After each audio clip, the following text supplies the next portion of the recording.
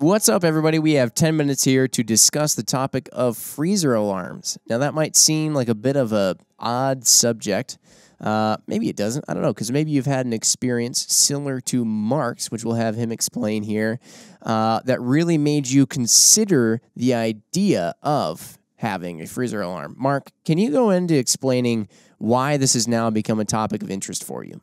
Well, I'll tell you what, Jim. I am fairly recently the victim of a catastrophic freezer failure. The result being everything in my freezer completely defrosted to the point that it was warm. This was actually a little bit earlier in the summer. We're in fall now. Lost everything.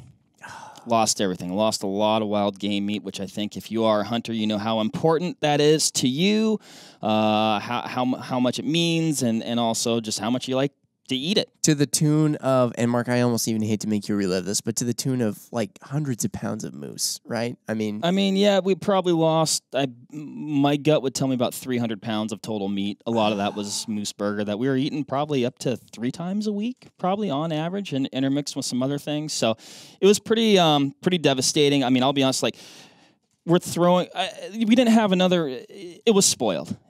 We didn't have a choice. We had to throw it away, and literally, like, my hands were like shaking as we're throwing it. Like, it was like devastating. It was totally unfortunate.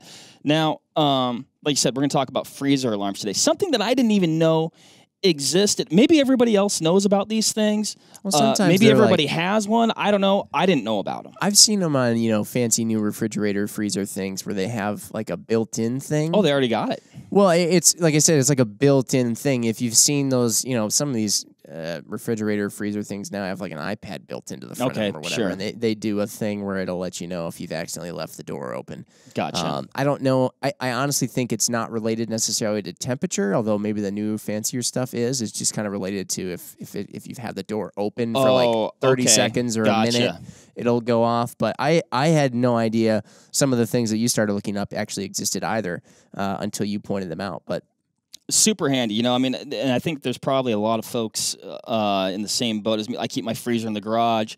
It's an older freezer, so I'm not always looking at it. Just in life, work, whatever, you're traveling. We had actually gone on a trip and had come home to this. I've caught a few things in the past where I've actually caught my freezer being unplugged before. Like I said, it's in the garage, so somebody comes in and they say, oh, I need to plug in the shop vac, and I'll just unplug this, not knowing that it's the freezer, and you come out and you're like, whoa, let's get that back in. A storm hits, breaker flips, whatever. Or, you got youngsters going around, they get little curious, hands. whatever, Go to get a popsicle. Maybe they don't get it shut. I mean, really anything could happen that could make one of these freezer alarms really just save the day. Yeah. And they're cheap. Yeah, so going to explain some of the stuff, you've done a little research on some of these things. What have you found? So, I me's there's several different kinds, lots of different models on the market. I'm not going to really mention any specifically because there's just a lot of different models and different kinds. But the categories that I saw, I guess, were analog, digital, and then there's actually some digital ones that will send a message to your cell phone, either via email or text if you've got a connection, letting you know that your freezer or refrigerator or potentially other device has either gotten below like a certain temp that you set or above a certain temp that you set. Like I said, I think for the sake of our discussion, we're talking about freezers specifically, but it could be your refrigerator. Interestingly enough, a lot of the ones that I saw being used were like restaurants. Obviously important for them to prevent food spoilage. People making people sick. Medications that need to be kept cold as well. So those are a couple other uses. But for me personally, it's keeping my game meat frozen as it should be until it's ready to use. Absolutely. What's the difference between the analog and the digital? I'm trying to think of how an analog thing would be an alarm. So I think it's just like a more, I guess probably the more simple of the devices. I didn't get too far into it. What I didn't find, and I'd be curious to know, please comment if you found the perfect freezer alarm. You found a hole in the market. Mark's going to get into the tech biz. Big time. But one that would send a... Silicon Valley, you ain't seen nothing yet. Yo, buddy. it seems like they all do kind of like one thing. Like one version might be a digital one, but it essentially sounds an audible alarm. Yes. But for you to hear that alarm, like I said, my freezer's in the garage, so it either has to be loud enough so I hear it. I hear it when I'm in the house, or I hear it when I go outside the garage. But I'm certainly not going to hear it when I'm on a trip. Yeah. Right. Yeah. And that's like, you might say, well, what can I do if I'm on a trip? Well, if you have a family member or a friend, you can say, hey, can you go check on this? And maybe it's just a matter of plugging something back in, shutting the door, whatever. But heck, buying you a new freezer while you're gone. You know, if it's like, you know, catastrophic and the freezer's just not working anymore. But I'd say that's the holy grail of freezer alarms, which I haven't found yet. But then you found too what the thing I think you're getting at with the hole in there is that it seems as though the ones that send you a text don't then beep. Yes. So you might be at home. I mean, all the time, it's like you get a text message, you didn't feel it buzz in your pocket, and all of a sudden you check your phone a couple hours later. Right. So if you're at home or something, you would then have the chance to hear something beeping, but it sent you a text. You put your phone on airplane mode, your phone was dead, your phone's in the bedroom, whatever, on the charger. Then in theory, you may miss that. It'd be nice to have both, you know, and like I said, it quite possibly exists. You know, I'd find it a high likelihood that it does, you know, but I wasn't able to find it yet. But yeah, I don't know. It could for sure, but it definitely seems to be something that's a really important thing, I think, for all hunters to have, especially when you're, you know, slamming lots of stuff that you can't put a value on it so much, you know? I mean, for example, to go through the amount of poundage of meat that you had, especially like, for example, in moose meat for you, right? To put a value on that and to try and almost parallel it to beef, you know, if you said, okay, if I lost this much beef, you can almost put a dollar value to it. So I know how much money worth of beef I've lost. But when you put it on that moose hunt that you had, you had countless time of preparation for that hunt, a lot of difficult travel out to that hunt. You know, the hunt itself is a special thing that you're not going to do every single fall or winter or whatever. Yeah, the memories that go along with it. You know, we talk about it a lot, but just the satisfaction of making a meal with that meat that you've procured yourself versus, you know, it's like we go to the grocery store now, I'm picking up a pound of burger. I'm just like, yeah, and don't get me wrong, I've got no problem. We eat a lot of domestic meat as well. This. So anyway, we've discussed this. We don't like meat shaming. Yes. So if you're somebody out there who doesn't partake in extensive wild game eating or cooking or whatever, or you've run out and now you're going to the domestic meat, we're not going to meat shame you. No, I mean, I use this example all the time. There's plenty of times where I'm going hunting and road tripping across somewhere and I got to stop at a McDonald's. Yeah. Guess what? I didn't kill that. Yeah.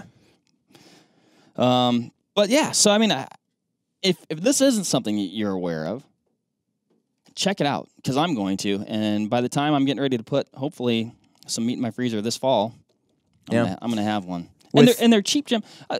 $20, everything from $20 to $60 to a high-end one. Here comes Brittany. With just under 2 minutes left. No. We got you a little something here.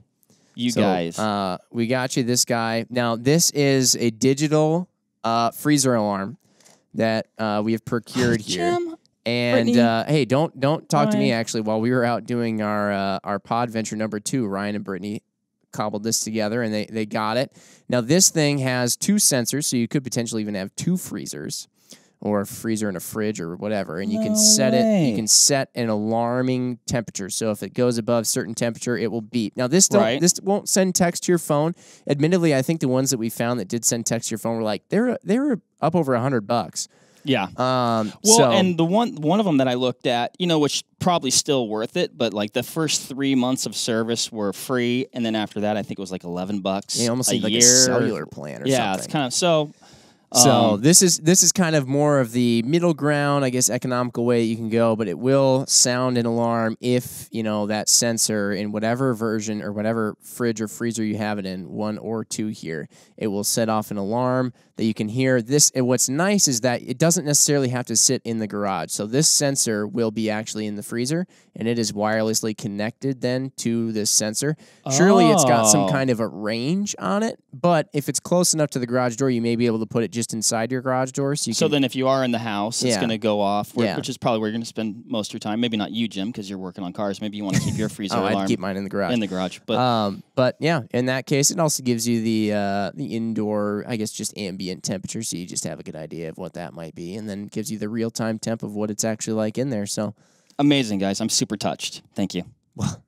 Yeah, it's like you said, small price to pay in comparison to what you could potentially lose if you had a catastrophic failure like you did. So Absolutely. man, good luck figuring it out, Mark. I've never known you to be one to be particularly technically savvy, but we do have MC Ryan here who has been testing it out on our own fridge freezer here in the podcast studio, so he can help you out. He's got it figured out. If not, I've got my wife. She's really good at this stuff. Oh, lovely. All right. So with that said, everybody, that was about 10 minutes. Consider a freezer alarm for your own wild game storage. Yeah. Have a great fall. Fill your freezer and protect it. Exactly. All right. Bye. Thanks, everybody. Bye. Thanks, guys. Good cast.